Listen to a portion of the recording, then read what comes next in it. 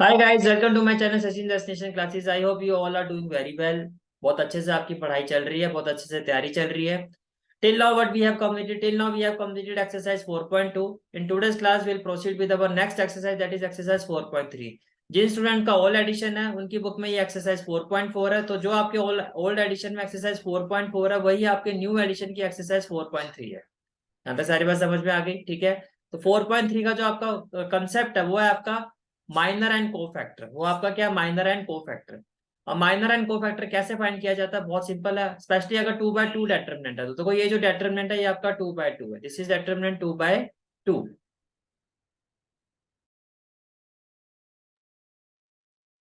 तो जो कंसेप्ट है आपका इसका, वो क्या है आपका, माइनर एंड को फैक्टर।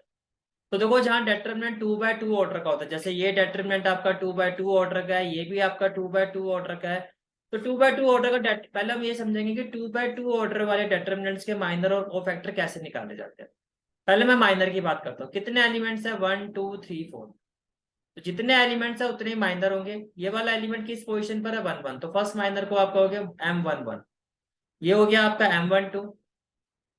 फिर आप लिखोगे M21, M22। कहने का मतलब ये है कि जितने एलिमेंट्स होते हैं उतने ही माइनर होते हैं। अब फाइंड कैसे किया जाता है?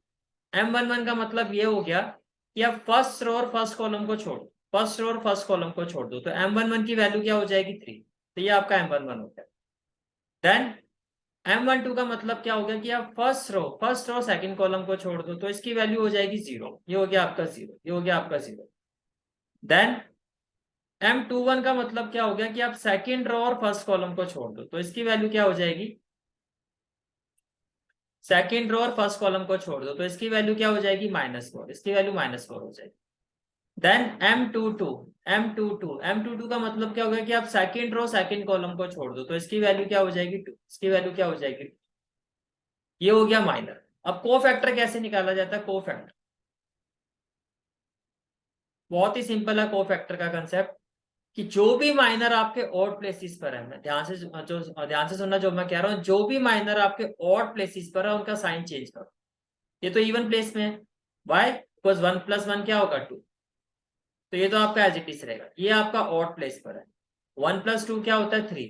तो जो माइनर ऑड प्लेसेस पर है उसका जो को फैक्टर होगा उसका साइन चेंज हो जाएगा। ये +0 है तो -0 हो जाएगा। हालांकि 0 और -0 में कोई फर्क नहीं होगा, तो इसको आप 0 ही लिखो। M21 का मतलब क्या हो गया? 2 + 1 = 3। अब 3 जो है आपका ऑड प्लेस पर है। 3 आपका किस में है? ऑड प्लेस पर है। ऑड प्लेस पर है तो जो भी इसकी वैल्यू उसका अपोजिट हो जाएगा। अगर ये -4 है तो 4 हो जाएगा। ऐसे हो गया M22 क्या हो गया? इवन प्लेस है तो एज इट इज रहेगा। तो अगर मैं को फैक्टर की बात करता हूँ, को फैक्टर का सिंबल या तो कैपिटल ए रहेगा या कैपिटल सी रहता है। तो बेटर क्या होगा कि आप इसको सी के साथ रिप्रेजेंट करो। तो जैसे कि आपका चार आपके माइनर और चार ही को फैक्टर होंगे। एक होगा आपका C11, एक होगा आपका C12, एक होगा आपका C21, एक होगा आपका C22। अभी मैं कंसेप्ट समझा रहा हूँ, फिर आपको प्रेजेंटेशन दिखाता हूँ जिससे आप अपने नोट्स बनवाओ। तो C11 ये आपका C11 है। तो ये तो इवन प्लेस है तो आप इसको 3 लिखोगे। C12 0 है। अगर 0 के अलावा कोई और नंबर हो तो साइन चेंज हो जाता है, बिकॉज ये ऑड प्लेस पर है। तो 0 को 0 ही लिखेंगे हम। M21 ऑड प्लेस है तो -4 की जगह क्या हो जाएगा? 4। M22 इवन प्लेस पर है तो 2 का 2 ही होगा, और यही आपका आंसर है। तो देखो, फर्स्ट पार्ट का जो आंसर है आपका, first of all minor M11 first row first column छोड़ा तो क्या आ गया? 3। M12 first row second column तो ये हो गया 0। M21 second row first column तो ये क्या हो गया आपका? -4। M22 second row second column तो ये आपका क्या हो गया? 2। ये आपका क्या हो गया? 2। यहाँ तक क्लियर हो गया? अब आपको क्या फाइंड करना है? को फैक्टर। अब को फैक्टर में क्या होगा? ये आपका इवन प्लेस है तो को फैक्टर जो होगा वो आपका एज इट इज ही 3 हो जाएगा। ये आपका ऑड प्लेस है, इसका जो को फैक्टर होगा वो आपका -0 होगा, लेकिन -0 कुछ होता नहीं तो उसको 0 ही लिखोगे, इसीलिए आपने C12 को 0 ही लिखना है। ठीक है। उसके बाद आता है आपका M21। तो M21 से क्या लिखोगे आप? C21। अब M21 जो है वो ऑड प्लेस है, ऑड प्लेस पर है। ऑड प्लेस का मतलब 2 + 1 = क्या होता है? 3। तो -4 है तो इसका साइन चेंज कर दो तो ये हो जाएगा +4। इसी तरह से M22 इवन प्लेस पर है तो जो M22 की वैल्यू होगी वही उसके को फैक्टर की भी वैल्यू होगी। M22 की वैल्यू आपकी 2 है तो को फैक्टर की वैल्यू भी क्या होगी? आपकी 2 ही होगी। क्लियर हो गया यहाँ तक? ठीक है। इसी तरह से आपका नेक्स्ट क्वेश्चन है आपका। तो नेक्स्ट पार्ट देखो क्या आपका। फर्स्ट ऑफ ऑल ऑर्डर क्या है, 2x2। तो 4 माइनर हो गए आपके, M11, M12, M21 और M22। M2 4 आपके कोफैक्टर होंगे, वो क्या होंगे, C11, C12, C21 और C22। ठीक है। अब सबसे पहले बात करते हैं हम M11 की। तो फर्स्ट रो फर्स्ट कॉलम छोड़ दो तो क्या आ जाएगा, D। M12 first row second column छोड़ दो, it will be equal to B। M21 second row first column छोड़ दो, it will be equal to C। M22 second row second column छोड़ दो, it will be equal to A, it will be equal to A। अब minor से हम निकालेंगे cofactor. तो देखो ये आपका इवन प्लेस है तो कोफैक्टर भी इसका ये एज इट इज हो जाएगा। बट ये आपका ऑड प्लेस माइनर है, तो जो ऑड प्लेस माइनर है उसके कोफैक्टर में साइन चेंज हो जाएगा, ये प्लस भी है तो क्या हो जाएगा, माइनस। M21 ऑड प्लेस है, इस माइनर की ऑड पोजीशन है तो जिसका कोफैक्टर होगा उसका साइन चेंज हो जाएगा, प्लस सी है तो क्या हो जाएगा, माइनस सी। M22 इवन पोजीशन पर है तो जो इसका कोफैक्टर होगा वो भी एज इट इज आपका ए ही होगा। तो ये आपका फाइनल आंसर है। ठीक है। अब मैं आपको इसकी प्रेजेंटेशन दिखा देता हूँ।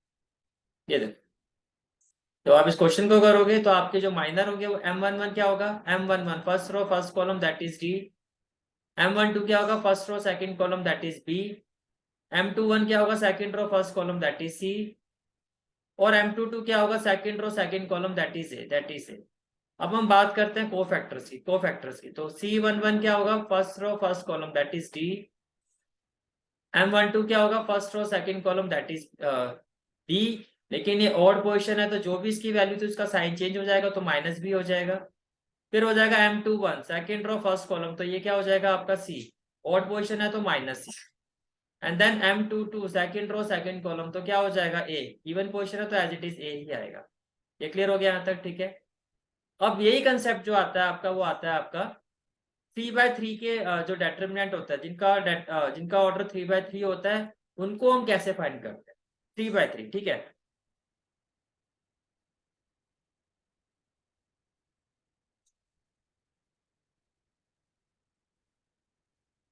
तो this is the given determinant. ये आपको इसके माइनर और कोफैक्टर हमें फाइंड करने हैं।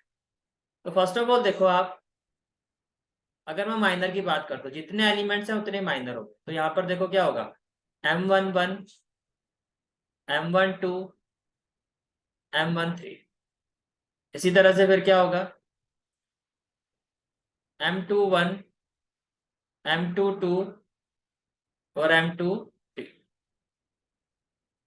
एंड देन M31, M32 और M3। ये क्लियर हो गया? ठीक है। अब देखो कैसे फाइंड करना है आपको। जब आप M11 की बात करते हो तो आपको क्या करना है, फर्स्ट रो फर्स्ट कॉलम छोड़ दो। अब आपके पास ये 4 एलिमेंट्स आ रहे हैं तो आप इसको कैसे सॉल्व करोगे, जैसे आप 2/2 डेटर्मिनेंट को सॉल्व करते हो। 1 × 1 क्या हो जाएगा, 1 माइनस 0 × 0 0। तो इसकी वैल्यू क्या आ गई, 1। Can I say that it will be equal to 1, it will be equal to 1। ठीक है। देन M12 में क्या हो जाएगा, फर्स्ट रो सेकंड कॉलम छोड़ दो। तो दीज आर द 4 एलिमेंट्स। तो 0 × 1 क्या हो जाएगा, 0 माइनस 0 × 0 क्या हो जाएगा, 0। तो इसकी वैल्यू 0 आ, तो यहाँ पर आप लिखोगे 0, ये हो जाएगा 0। Then M13 first row third column को छोड़ दो। These are the 4 element. 0 × 0 क्या हो जाएगा, 0 माइनस 0 × 1 क्या हो जाएगा, 0। तो it will be equal to 0। तो यहाँ आपने लिखा 0, ये हो गया 0। Then M21 second row first column को छोड़ दो। तो 0 × 1 क्या हो गया, 0 माइनस 0 × 0 क्या हो गया, 0। तो it will be equal to 0, it will be equal to 0। Then M22 second row second column को छोड़ दो। तो 1 × 1 क्या हो जाएगा, 1 माइनस 0 × 0 क्या हो जाएगा, 0। तो इट इज इक्वल टू 1। ये हो गया आपका 1, ये आपका हो गया 1। ये भी क्लियर हो गया? ठीक है। Then M23 second row third column को छोड़ दो। तो 4 एलिमेंट्स, 1 × 0 क्या हो जाएगा, 0 माइनस 0 × 0 क्या हो जाएगा, 0। It will be equal to 0, it will be equal to 0। ये हो गया आपका 0। Then M31 third row first column को छोड़ दो। 0 × 0 क्या हो जाएगा, 0 माइनस 1 × 0 क्या हो जाएगा, 0। तो it will be equal to 0। तो ये हो गया आपका equal to 0। Then M32 third row second column को छोड़ दो, 1 इंटू जीरो क्या हो जाएगा 0, माइनस 0 इंटू जीरो क्या हो जाएगा 0, it will be equal to 0, it will be equal to 0। Then M33 third row third column को छोड़ दो, ये 4 एलिमेंट्स होंगे, 1 इंटू वन क्या हो जाएगा 1, माइनस 0 इंटू जीरो क्या हो जाएगा 0, it will be equal to 1, it will be equal to 1। ये आपका हो गया 1। ये क्लियर हो गया, ठीक है। अब आपको क्या फाइंड करना, कोफैक्टर। तो देखो ये आपका क्या है, इवन पोजीशन पर है तो इसका कोफैक्टर भी 1 ही होगा। ये आपका ऑड पोजीशन पर है तो इसका कोफैक्टर क्या होगा, 0 का माइनस 0, हालांकि माइनस 0 को आप 0 ही लिखोगे। यहाँ देखो M13 जो है आपका वो क्या है, इवन पोजीशन पर है तो जो कोफैक्टर होगा यहाँ पर वो भी आपका सेम ही होगा।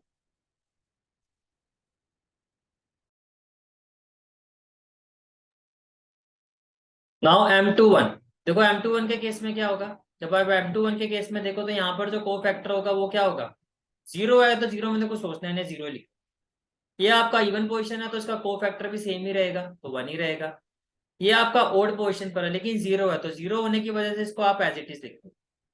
इसी तरह से आपका M31, तो C31 कोफैक्टर क्या होगा, ये आपकी इवन पोजीशन है तो जो आपका वैल्यू है M31 की वही C31 की होगी।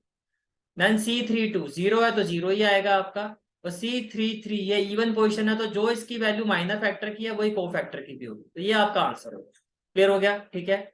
तो देखिए प्रेजेंटेशन देखते हैं। 3/3 के जो आपने माइनर फाइंड किए थे, M11, देखो M11 M12 और 13 क्या आया था, 11 6 और 3, 11 6 और 3। तो अभी जो हमने फाइंड किया वो हमारा भी क्या है, M11, M11 11। अच्छा ये 6, ये सेकंड पार्ट है, ये सेकंड पार्ट है, ये फर्स्ट पार्ट है, ये आपका फर्स्ट पार्ट है। तो क्या है 11 M11 1 0 0 1 0 0, और हमने जो अभी फाइंड किया हमारी वैल्यू भी क्या आई थी 1 0 0 1 0 0। क्लियर है, ठीक है। फिर आपने फाइंड किया 2 1 2 2 2 3, तो वैल्यू क्या आ रही है 0 1 0 0 1 0। तो यहाँ भी आप देख सकते हो वैल्यू हमारी क्या आई थी 0 0 एंड देन 1 एंड देन 0। फिर आपने फाइंड किया था M31 M32 M33, ये वैल्यू क्या आई थी 0 0 1 0 0 1। तो यहाँ भी आप देखो आपकी वैल्यू क्या आई थी 0 0 और 1। ठीक है, इसी तरह से हमने कोफैक्टर्स फाइंड किए थे। अब आपको नोट्स बनाने हैं तो मैं प्रॉपर प्रेजेंटेशन दिखा देता हूँ कि किस तरह से आपको लिखना है। ये आपका इस तरह से आप क्वेश्चन लिखोगे, फिर आप हेडिंग डालोगे माइनस, और इस तरह से सभी की आपने वैल्यू लिखनी है। नोट्स में बार बार कह रहा हूँ, नोट्स आपको प्रैक्टिस रजिस्टर में बनाने हैं और जो कंसेप्ट है आपको कंसेप्ट रजिस्टर में लिखने हैं सारे। तो ये आपके हो गए माइनस, ठीक है। इसके बाद कोफैक्टर्स की बात करते हैं तो ये सारी कोफैक्टर्स की वैल्यू आएगी जो अभी मैंने आपको निकाल के दिखाई। भाई बहुत सिंपल सा कंसेप्ट है, माइनर की वैल्यू फाइंड करनी है, जो माइनर ऑड पोजीशन पर है कोफैक्टर के केस में उनका साइन अपोजिट करना है, दैट्स इट, यही आपका कंसेप्ट है, ठीक है। इसके बाद आपका जो नेक्स्ट पार्ट आता है आपका, अब इसको करते हैं हम।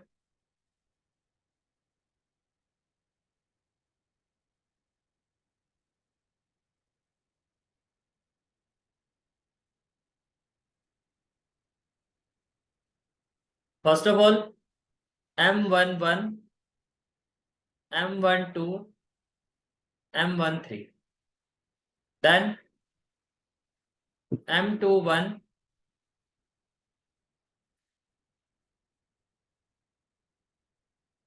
M22 M23, and then M31 M32 and M33। ये आपको सारी वैल्यू पाई। तो पहले हम बात करते हैं M11 की।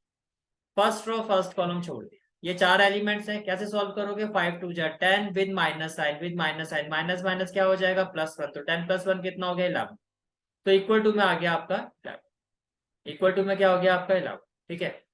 Then M12 first row second column छोड़ दो, 3 2 जा क्या हो जाएगा 6, और 0 इंटू -1 खैर 0 ही होना है आपका, तो ये आपका आ गया 6, ये आपका क्या हो गया 6, तो आपने इक्वल टू में लिखा 6।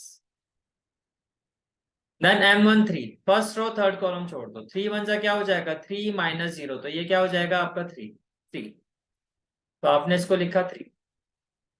Then M21 second row first column छोड़ दो, तो 0 × 2 क्या हो जाएगा 0, -1 × 4 क्या हो जाएगा 4, तो 0 - 4 क्या हो जाएगा -4, तो ये आपका हो गया minus. Then M22 second row second column छोड़ दो, तो 1 × 2 क्या हो जाएगा 2, -0 × 4 क्या हो जाएगा 0, तो ये आपका आएगा 2, ये आपका क्या आएगा 2, तो इसको आप लिखोगे 2। Then M23 second row third column, तो 1 × 1 क्या हो जाएगा 1, -0 × 0 क्या हो जाएगा 0, तो ये आपका 1 आ जाएगा, ये आपका क्या हो जाएगा 1, तो इसको आपने लिखा। फिर आता है आपका M31 third row first column छोड़ दो, तो 0 × -1 क्या हो जाएगा 0, -5 4 जा क्या हो जाएगा आपका 20, तो ये आ गया -20, ये हो गया आपका -20। फिर आता है M32, तो थर्ड रो सेकंड कॉलम छोड़ दो, 1 × -1 क्या हो जाएगा -1 3 4 जा क्या हो जाएगा 12, -1 -12 क्या हो जाएगा -30, ये हो जाएगा आपका -30। फिर आता है M33 third row third column छोड़ दो, 1 × 5 क्या हो जाएगा 5, 3 × 0 क्या हो जाएगा 0, तो 5 - 0 क्या हो जाएगा 5, तो ये आ गया आपका 5, ये आ गया 5। अब बात करते हैं इनके कोफैक्टर। M11 से निकलेगा C11, इवन पोजिशन है तो 11 ही आएगा। M12 से आप कोफैक्टर आएगा आपका C12, ऑड पोजिशन है तो 6 की जगह -6 हो जाएगा। M13 से हो जाएगा C13, इवन पोजिशन है तो 3 ही रहेगा आपका। M21 से हो जाएगा C21, ये आपकी इवन पोजिशन है तो -4 का क्या हो जाएगा 4। M22 से हो जाएगा C22, ये आपकी इवन पोजिशन है तो आप 2 ही लिखोगे। और M23 से हो जाएगा C23, ऑड पोजिशन है तो 1 की जगह क्या आ जाएगा -1। देन M31 है तो ये हो जाएगा C31, ये आपकी क्या है इवन पोजिशन है तो आप इसको -20 ही लिखोगे। C32 ये आपकी कौन सी पोजीशन है, ये आपकी जो पोजीशन है ये आपकी ऑड पोजीशन है तो -13 क्या हो जाएगा 13। इसी तरह से जो आपका C33 है ये आपकी कौन सी पोजीशन है, ये इवन पोजीशन है तो ये 5 है तो ये भी क्या होगा आपका 5। इस तरह से आपको सारी वैल्यूज फाइंड करनी है। अब मैं आपको प्रेजेंटेशन दिखाता हूँ। तो ये आपका क्वेश्चन नंबर 2 का फर्स्ट पार्ट है। जब आप नोट्स बनाओगे तो इस तरह से आपको लिखना है, ये आपका पार्ट 2 है और ये सारे माइनर्स है। M11 की value first row first column छोड़ दिया, 5 2 जा 10 हो गया, माइनस माइनस प्लस 1 हो गया तो 11 आ गई। M12 आपका 6 आएगा, M13 3 आएगा। इसी तरह से M21 M22 M23 ये सारे माइनर्स हैं। ठीक है, इस तरह से आपको प्रॉपर नोट्स बनाने हैं आंसर में। और इस तरह से आप सारे कोफैक्टर जैसे माइनर्स की वैल्यू आ गई, जो ऑड पोजीशन है उनके साइन चेंज करने हैं और इस तरह से आपके आंसर आ जाएंगे। C11 11, C12 -6, C13 आपका 3 और C21 आपका +4, C22 आपका 2, C23 -1। C31 -20, ये +13 आएगा, ये 5 आएगा और इसी तरह हमारा इसके साथ हमारा क्वेश्चन नंबर 2 होता है complete. Let move to our next question, that is question number 3। Question number 3 क्या है आपका, using cofactors of elements of second row evaluate the value of determinant. Cofactors का यूज करके डेटरमिनेंट की वैल्यू हम कैसे निकाल सकते हैं। अब देखो ये कंसेप्ट होता है आपका, ये कंसेप्ट ये कहता है, जैसे यहाँ पे कहा गया सेकंड रो, तो अगर आप सेकंड रो, अब ये बताओ सेकंड रो में जो कोफैक्टर्स होंगे, सेकंड रो में जो कोफैक्टर्स होंगे एलिमेंट्स के, सेकंड रो में जो कोफैक्टर्स होंगे इनको क्या कहा जाएगा C21 C22 C23। Second row में जो कोफैक्टर्स होते हैं उनको इसी तरह से लिखा जाता है। सेकंड रो के जो एलिमेंट्स होते हैं वो क्या हो जाएंगे A21 A22 A23। अब सर आपने ऐसा क्यों लिखा है, ऐसा लिखने का रीजन है, अब मेरी बात ध्यान से सुनना।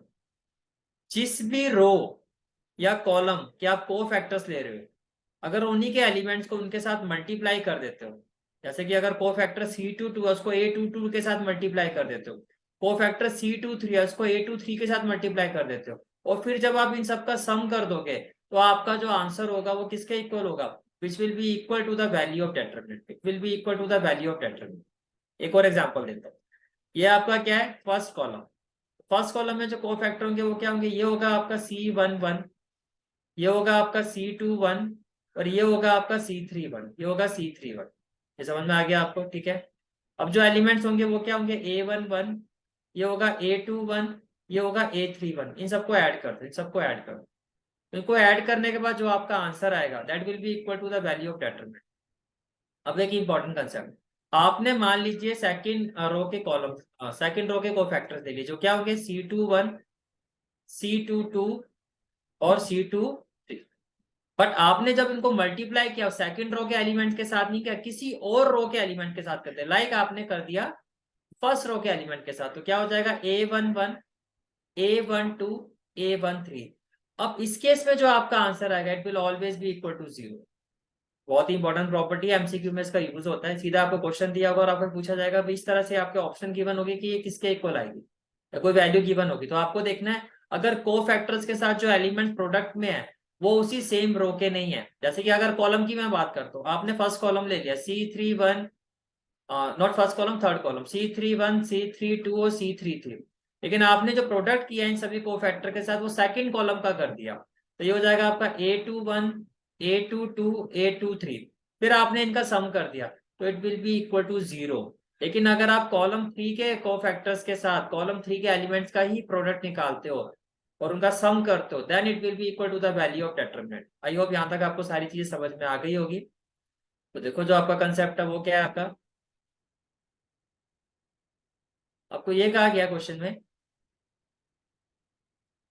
the question is using factors of elements, co-factors of elements of second row evaluate the value of determinant। तो बेसिकली ये किसके इक्वल होगा, second row C21 A21 plus C22 A22 plus C2। Question देखते ही आपको समझ में आना चाहिए कि हमें ये करना है, ठीक है।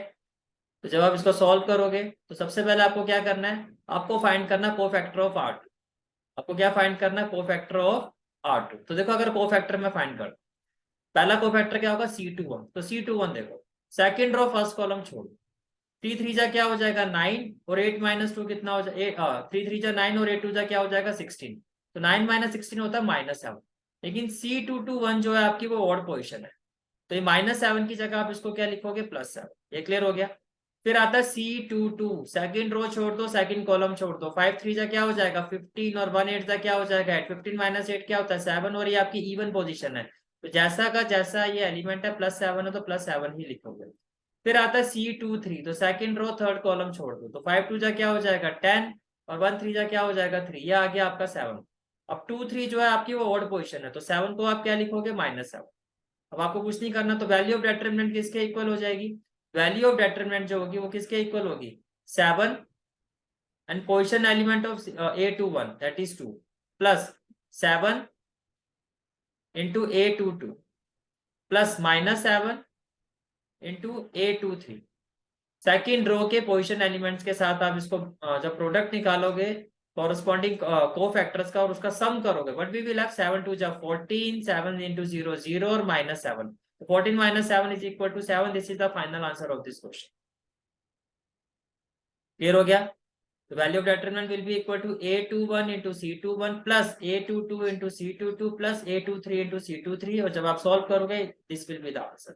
ठीक है, तो नोट्स के लिए मैं आपको प्रेजेंटेशन दिखा देता हूँ। फर्स्ट ऑफ ऑल आप इस तरह से डिटरमिनेंट की वैल्यू लिखोगे, फिर सारे कोफैक्टर्स को फाइंड करोगे और उसके बाद फिर आपने फॉर्मूला लिखना है।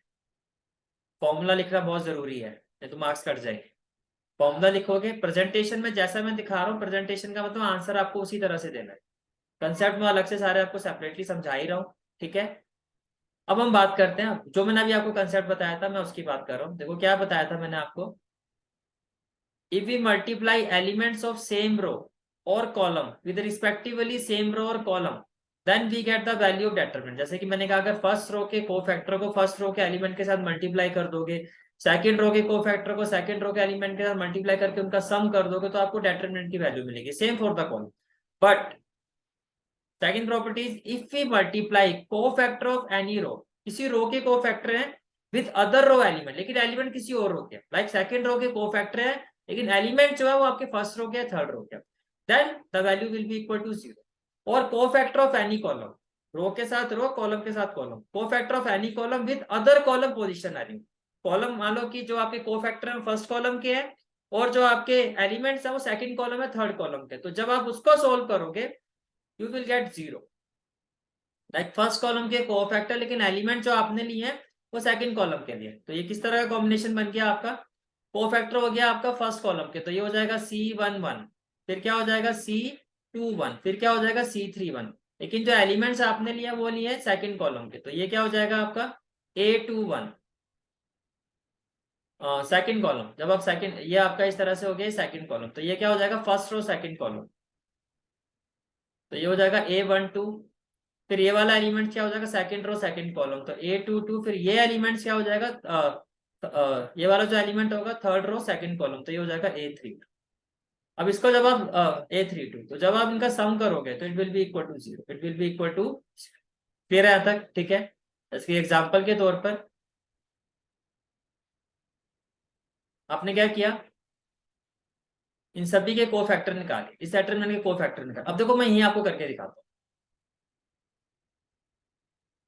अब ये जो है आपका C11 first row first column, C12 first row second column, ये फर्स्ट रो है, ये क्या है, फर्स्ट रो।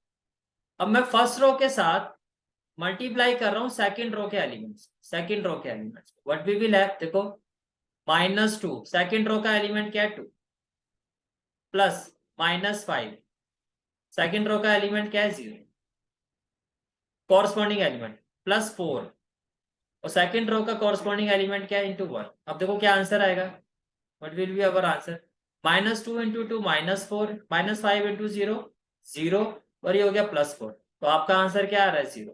क्लियर हो गया, ठीक है। तो ये आपकी सेकंड प्रॉपर्टी है। MCQ point of view this is a very important property, आपको पता होना चाहिए कि अगर किसी भी कॉरस्पॉन्डिंग रो के कोफैक्टर को किसी और रो के एलिमेंट के साथ मल्टीप्लाई करते हो, या किसी भी कॉरस्पॉन्डिंग कॉलम के कोफैक्टर को किसी और कॉलम के एलिमेंट के साथ मल्टीप्लाई करते हो, तो जो प्रोडक्ट करने के बाद जो सम आएगा, जो फाइनल आंसर आएगा आपका, it will be equal to 0।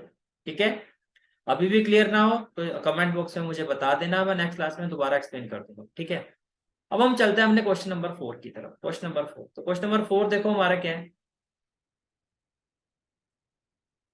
Using cofactors of elements of third column. Third column है, थर्ड कॉलम आपका ये हो गया, तो क्या, तो डेटरमिनेंट की वैल्यू क्या होगी आपकी थर्ड कॉलम का, मतलब C31 × A31 प्लस, प्लस ये क्या हो जाएगा आपका, ये हो गया आपका, देखो ये हो गया आपका, ओहो मैं इसको लिखने में क्यों गलती कर रहा हूँ बार बार, ये जो एलिमेंट पोजीशन है ये क्या, फर्स्ट रो थर्ड कॉलम, तो 1 3, इसी तरह से क्या हो जाएगा 2 3, इसी तरह से क्या हो जाएगा 3 3। थर्ड कॉलम है तो कॉलम वाला जो पार्ट है वो फिक्स रहेगा, बाकी ये आपका चेंज होगा। ऐसे ही यहाँ पे क्या हो जाएगा, ×A13 A23 और A33, और इन सबको आप प्लस कर दो, आपका आंसर आ जाएगा। ठीक है, तो यही आपने किया। देखो सबसे पहले आपने फाइंड किया C13, C13 क्या हो गया आपका, फर्स्ट रो थर्ड कॉलम, तो ये क्या हो जाएगा 1 × Z, Z -1 × Y, तो ये हो गया Z -1, ये क्लियर है। फिर आपने फाइंड किया C23, C23, तो second row third column, 1 × Z क्या हो जाएगा, Z -1 × X क्या हो जाएगा, -X, तो ये हो गया X -Z। X -Z क्यों लिखा है ये भी बताए, तो देखो C23 ये होगा आपका Z -X। अब ये ऑड पोजीशन पर है, ऑड पोजीशन है तो क्या हो जाएगा, साइन चेंज हो जाएगा, तो ये हो जाएगा -(Z - X)। इसको आप लिख सकते हो माइनस माइनस क्या हो जाएगा, +X, और ये माइनस है, ये माइनस है। फिर आता है आपका C33, तो third row third column, 1 × Y क्या हो जाएगा, Y -X, तो ये हो गया Y -X। ये क्लियर हो गया, ठीक है। अब देखो करना क्या है आपको, C13 × A13, या फिर आप इसको ऐसे लिखो, value of determinant will be equal to A13 C13, फिर क्या हो जाएगा A23 C23, फिर क्या हो जाएगा A33 C33। ये क्लियर हो गया, ठीक है। अब देखो क्या होगा, A13 तो ये YZ है, तो आपने लिखा YZ, C13 ये Z -Y है, प्लस A23 ये आपका कितना ZX, तो आपने लिखा ZX, C23 X -Z, तो ये हो गया X -Z। फिर हो गया आपका A33 ये आपका XY है, तो ये हो गया XY। फिर हो गया C33 ये Y -X है, Y -X। यहाँ तक क्लियर है सारी चीजें, ठीक है। नाउ जब आप इसको सॉल्व करोगे बट वी विल हैव, देखो अब YZ को Z के साथ मल्टीप्लाई करोगे तो YZ² आएगा, YZ को -Y के साथ मल्टीप्लाई करोगे तो -Y² Z आएगा। ये क्लियर है, ठीक है। इसी तरह से जब आप ZX को X के साथ मल्टीप्लाई करोगे तो ZX² आएगा, माइनस ZX को Z के साथ मल्टीप्लाई करोगे तो Z² X आएगा, देन XY को Y के साथ मल्टीप्लाई करोगे तो XY² आएगा, माइनस XY को X के साथ करोगे तो X² Y आएगा। ये क्लियर हो गया, ठीक है। नाउ देखो अगर मैं यहाँ से YZ कॉमन लेता हूँ तो ब्रैकेट में क्या आ जाएगा, Z - Y, Z अब देखो ये आपका जेड एक्स स्क्वायर है, ये आपका माइनस एक्स स्क्वायर वाई है, तो इसको आपने एक साथ लिखा, ये जेड एक्स स्क्वायर और माइनस एक्स स्क्वायर वाई को हमने एक साथ ले लिया, ठीक है, इसकी ग्रुपिंग कर दी। Then x y square minus z square x.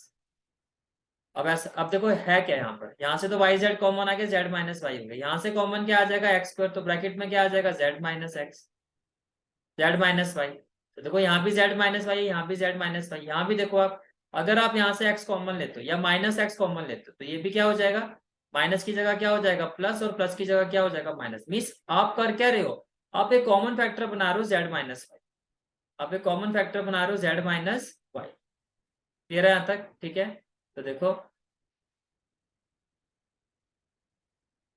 you can see that yz within bracket z minus y, from here आपने एक्स स्क्वायर कॉमन ले लिया तो ब्रैकेट में क्या आ जाएगा z minus y, z minus y, तो ये हो गया z माइनस वाई। प्लस आपने फिर x कॉमन ले लिया तो ब्रैकेट में क्या आ जाएगा y square minus z square, y square minus z square. ये क्लियर हो गया, ठीक है। देन देखो y z with in bracket क्या हो गया z minus y, plus x square with in bracket हो गया जेड माइनस वाई। अब देखो ये आपका a square minus b square, a square minus b square, तो क्या होगा ए माइनस बी और a plus, a minus b और a plus b, y minus z और वाई प्लस जेड। ये क्लियर है आपको, ठीक है। नाउ अब देखो आपने y माइनस जेड कॉमन ले लिया, आपने क्या कॉमन ले लिया y माइनस जेड। जैसे आपने y माइनस जेड कॉमन ले लिया तो क्या होगा, जो z माइनस वाई है ये y माइनस जेड कॉमन लिया तो यहाँ पर क्या हो जाएगा साइन अपोजिट हो जाएगा, तो पॉजिटिव की जगह ये y माइनस जेड का मतलब ये ऐसे बनेगा, तो ये हो जाएगा माइनस वाई जेड, ये हो जाएगा माइनस वाई जेड।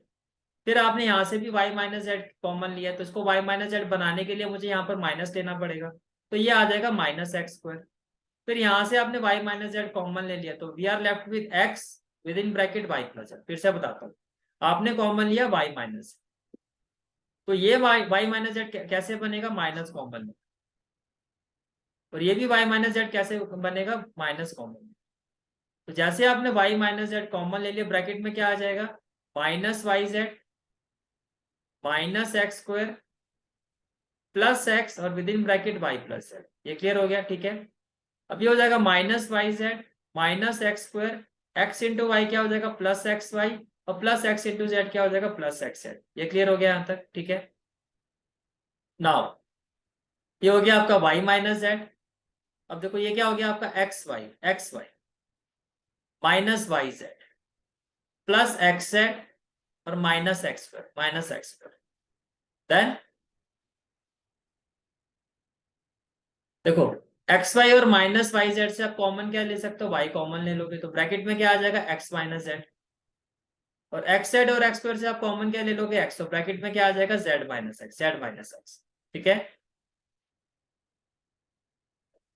तो finally what we will have y minus z. अब देखो ये एक्स माइनस जेड है, ये जेड माइनस एक्स, तो मैं यहाँ से अगर माइनस कॉमन लेता हूँ तो ये जेड माइनस एक्स हो जाएगा। तो वाई माइनस जेड, अब मैंने कॉमन क्या ले लिया Z minus x, z minus x आपने कॉमन ले लिया, जैसे आपने जेड माइनस एक्स कॉमन ले लिया ये हो जाएगा माइनस वाई और ये हो जाएगा आपका प्लस एक्स। फाइनल जो आंसर होगा वो क्या होगा y minus z, z minus x, इसको आप कैसे लिखोगे x minus y, x minus y. Clear हो गया क्वेश्चन, ठीक है। फिर भी कोई डाउट होगा तो आप, मैं बार बार कह रहा हूँ कमेंट बॉक्स में शेयर कर देना, अगर नहीं समझ में आए प्रेजेंटेशन से तो मैं इसको करके दिखा दूंगा इन द नेक्स्ट क्लास, ठीक है। चलो जी नेक्स्ट क्वेश्चन पे चलते हैं। क्वेश्चन नंबर 5, या आप यहीं से आप मुझे आंसर बता सकते हो। Last question of this exercise but not least. आपको वैल्यू ऑफ डेटरमिनेंट गिवन है, आपको कहा जा रहा है a I J is the cofactor. मैंने कहा था कोफैक्टर का सिंबल या तो कैपिटल ए से होता है या स्मॉल सी, यहाँ से कैपिटल, आपके एनसीईआरटी में कैपिटल ए दिया हुआ पर आइडियली स्मॉल सी ज्यादा सुटेबल रहता है, गलत कुछ भी नहीं है। A i g is a cofactor of a i g, then value of determinant. अब वैल्यू ऑफ डेटरमिनेंट क्या होगा, देखो आपको क्या देखना है, यहाँ 1 1 है तो यहाँ भी 1 1 होना चाहिए, ये तो नहीं हो सकता। यहाँ 1 1 है, ये भी 1 1 ठीक है, 1 2 के साथ 2 1, ये भी नहीं हो सकता। 2 1 के साथ A 1 1 गलत, 1 1 के साथ 1 1 ठीक है, 2 1 के साथ 2 1 और 3 1 के साथ 3 1, ये आपका answer. Right answer is option D. So this is exercise 4.3. I hope the concept is clear to you. To get the regular notification of my classes, do like, share and subscribe my channel. अब मिलते हैं next class में। Next class में हम करेंगे exercise 4.4। Thank you.